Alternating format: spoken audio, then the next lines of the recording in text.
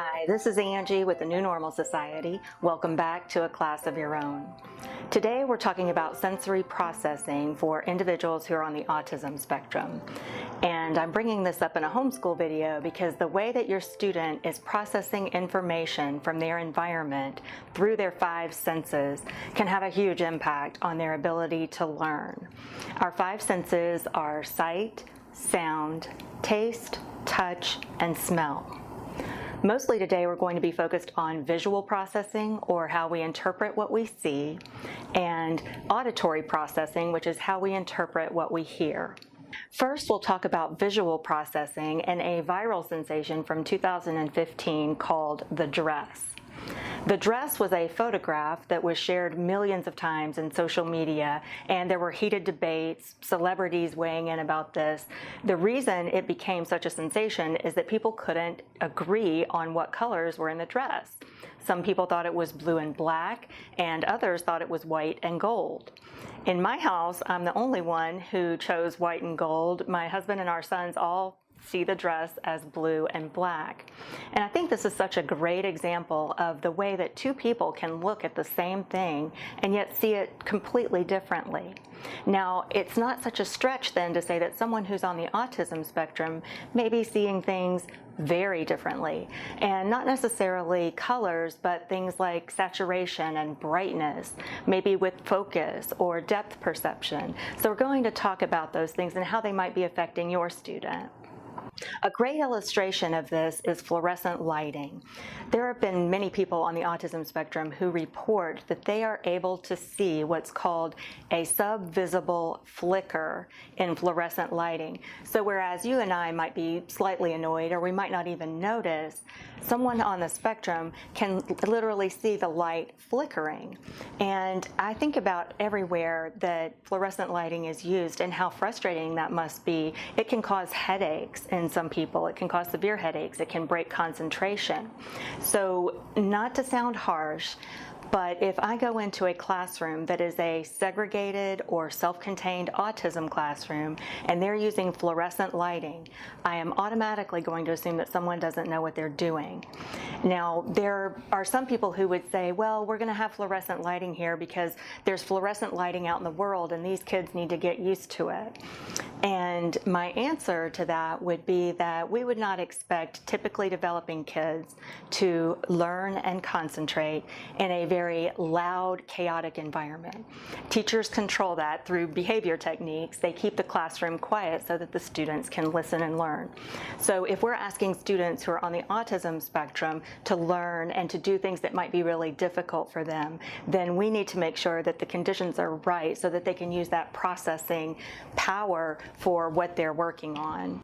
The science on this is not new. There was actually a research study done back in the 1970s that showed when individuals with autism were in the presence of fluorescent lighting, they were 4 to 5 times more likely to engage in Stims, or self-stimulatory behaviors. So this is not new. This is something that we've known for a long time. If you've seen previous videos, you may have heard me talk about my friend Jonathan Chase's book, From Surviving to Thriving: Classroom Accommodations for Students on the Autism Spectrum. In his book, Jonathan talks about the way that an individual on the spectrum is prioritizing information, sensory information through the 5 senses, and also social information. Sometimes if an individual is processing visual information and they're figuring out what to prioritize, because if everything is coming to you and you're sensing that everything is equally important, that can be difficult. I was giving a talk at a community center and someone made a beautiful point. He said, some of us may be able to see an individual tree in the forest, but someone who is on the autism spectrum might be focused on the individual leaf on the individual tree in the forest. And I thought that was such a great way to look at this and a great way to understand it. This is one reason that I think my sons struggled to copy down things from the whiteboard or the chalkboard when they were younger, because there were competing visual priorities for them to sort out. There might be artwork and posters and other things written on the board. So not only do I have to see exactly what I'm supposed to be writing, but I also have to commit that to my short-term memory and then compel my hand to actually write it on paper. paper. So that's one reason that can be difficult. It's focusing in on what you need to focus in on. Another way that many individuals with autism process visual information differently is with depth perception. And you know, when you go into a fun house, or sometimes you can put on fireworks glasses or different kind of things that will alter your vision a little bit and make things look kind of sideways or make them look steep. That is something that many people on the spectrum experience as well. In one case, I knew of a student who had a lot of trouble walking on a sidewalk because even though the sidewalk was flat and straight, he was perceiving that it was steep, and so it felt to him as if he were walking down.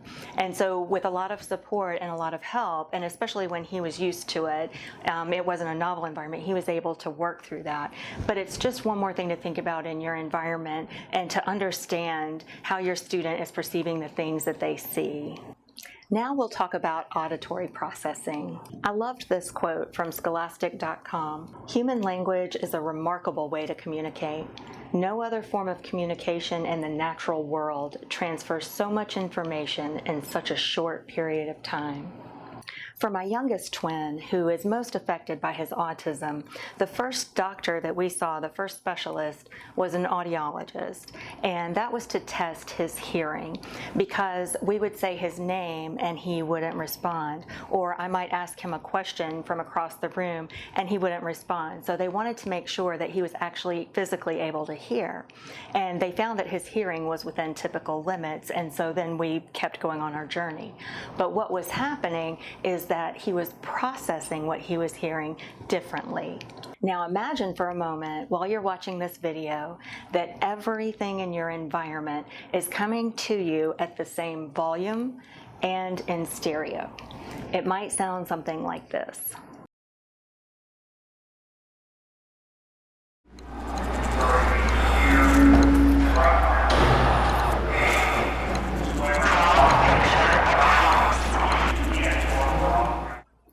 Was kind of overwhelming, and I can't imagine going through that for a minute or 10 minutes, let alone for entire days. This is a picture that my son drew in art therapy when he was in grade 3. We took a lot of information away from this picture, but the two things that I want to highlight here are that he drew a bell with the sounds around it, and he also drew a bee buzzing. When my son was very young, the sound of the school bell was very frightening to him. It often prompted tears and crying and anxiety.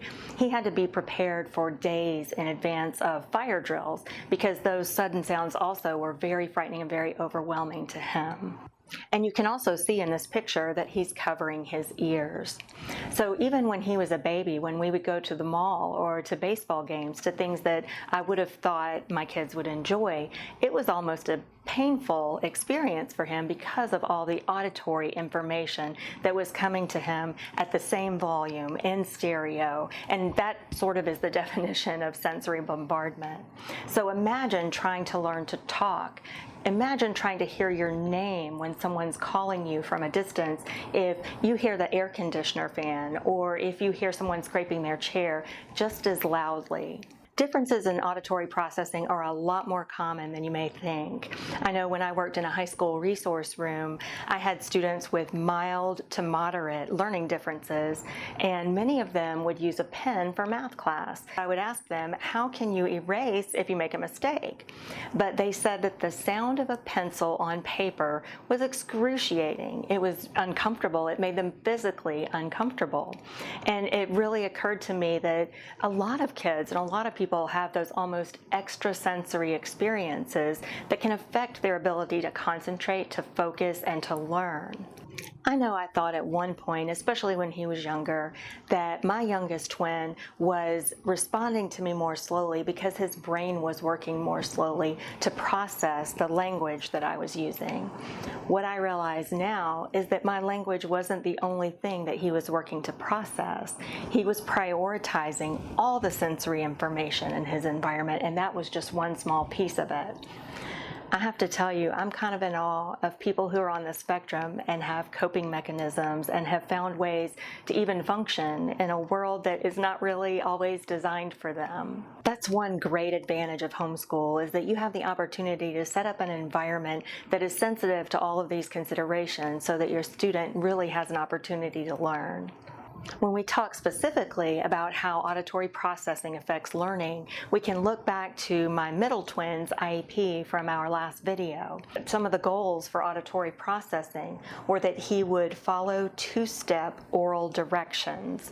And again, this IEP was when he was in first grade, so that changed as he got older and he was able to process more information more quickly. Another goal was that he would be able to repeat a 5-digit sequence and a 6-word sequence, and that involved him hearing those words and numbers, processing them, remembering them in short-term memory, and then verbalizing them. Briefly, we're going to talk about the other 3 senses, which are taste, touch, and smell.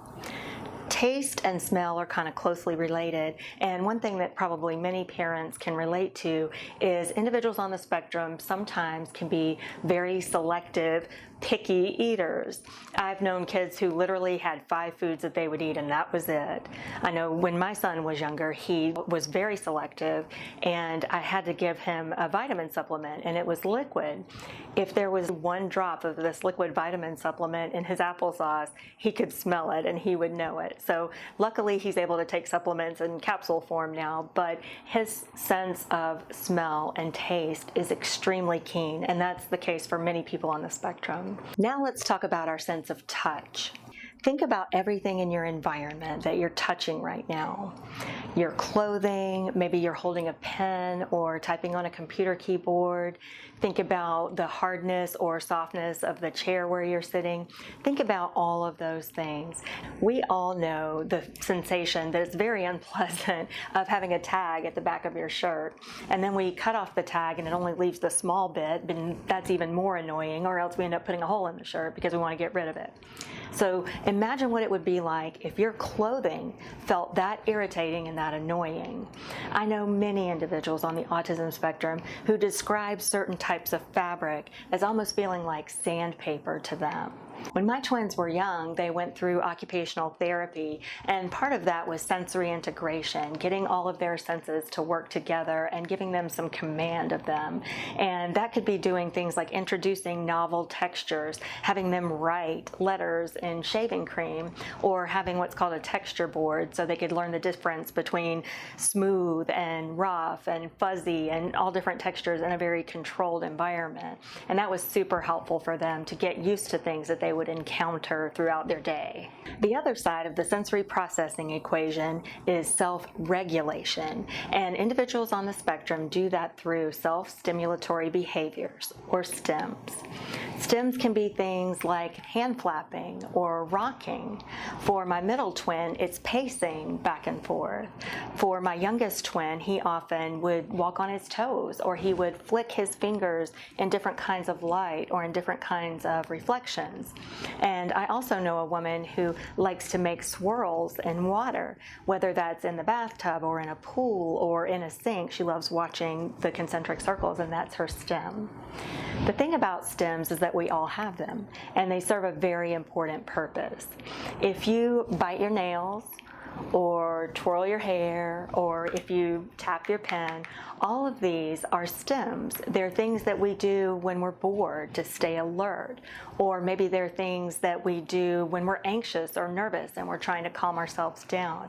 They are ways that we self-regulate. And for individuals on the spectrum, just because their Stims may look a little bit different, that doesn't make them any less important.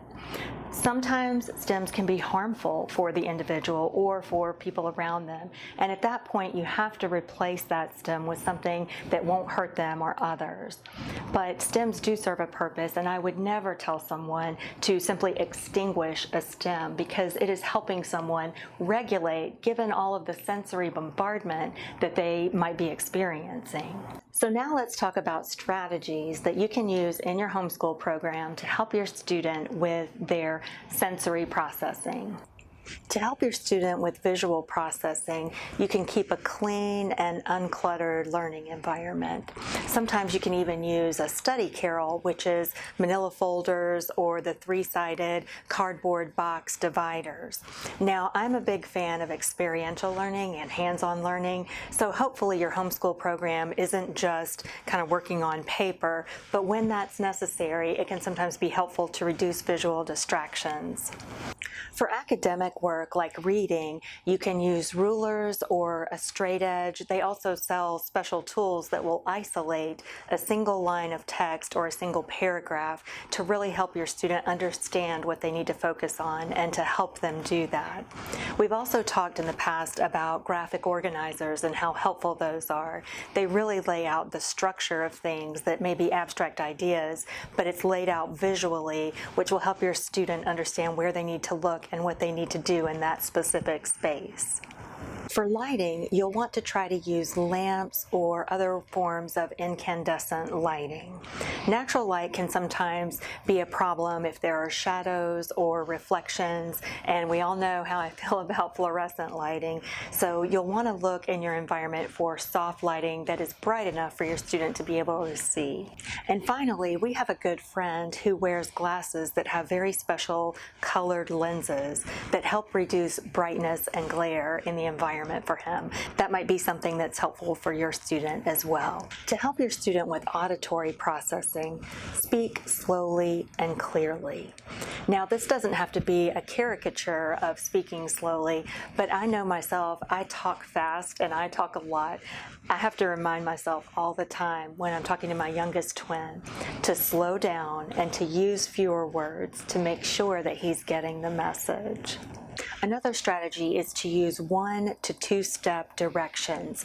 If you'll remember all of the sensory bombardment that we've looked at in this video, it can be really hard to hear, process, and remember multiple step directions. It's something that you will work up to as your student gets older. But especially in a learning environment, if you give them a list of 5 directions, they may only hear the last one. So keep your directions concise and 1 to 2 steps. The next one is huge, and I can't tell you how important this is.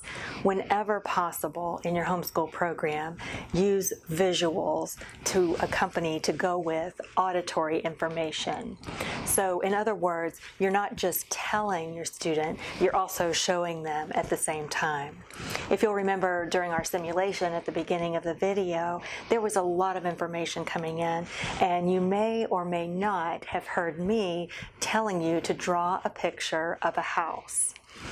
Imagine if during all of that I had shown you a picture that had a pencil and a piece of paper and a house on it, and then I accompanied the words that I told you, please draw a house, with a visual of someone drawing a house. It would help you so much to get that message so much clearer.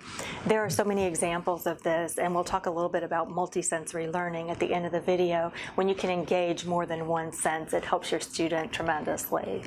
You may also consider something like noise-canceling headphones. I know even my neurotypical son uses these because there are a lot of sounds in the environment that are really harsh and sudden and really loud to him. He's got sensitive hearing. So think about these for your student if they're startled by loud noises or if the typical noises in their environment are overwhelming. This is something that can reduce that and help muffle it or even eliminate it sometimes. And that helps with focus and concentration. Another thing that helps with sensory processing is movement. It can help someone self-regulate. It can reduce anxiety. Previously, we've talked about things like flexible seating. Most teachers would probably love to implement something like that in their classroom, but it's really hard to do. Whereas when you're at home, it's really easy. You can use yoga balls or disco sets that have a texture, or your student can stand. It's whatever works for you and for them. This is a great time for a reminder from Dr. Stephen Shore, who is a very accomplished autistic self-advocate. He says, if you've met one person with autism, you've met one person with autism. And it's great to remember that individuals on the spectrum are just that. They're individuals. They are all processing their environments in their own way. If your student has the language to talk to you about it and to tell you about it, find out what lighting they prefer to work in and what's most comfortable for them. Find out if they would rather listen to music while they work, or waterfalls or ambient noise. This will really help you understand how to help them. If your student doesn't have the language, or if they're nonverbal, then watch their behavior in different environments, and that can tell you a lot. If they are reacting negatively to harsh lighting, or if something in the environment is uncomfortable, you can usually tell by watching how they're reacting to it, and then you can adjust it accordingly. And especially when you're thinking about sensory processing and the way that we've talked about it today, it kind of opens you up to other ideas about why they may be doing certain things. I am a big believer in multi-sensory learning, and that means engaging more than one sense when you're teaching. So for example, instead of everything just being verbal and the student is just listening, you combine your words with visuals, something they can also look at. If it's possible, you combine it with something tactile that they can touch. The more you can engage that sensory processing in the learning process, the better it will be for you and your student. This is a great transition into our next video, where we will be talking about using Lego building bricks in your homeschool program.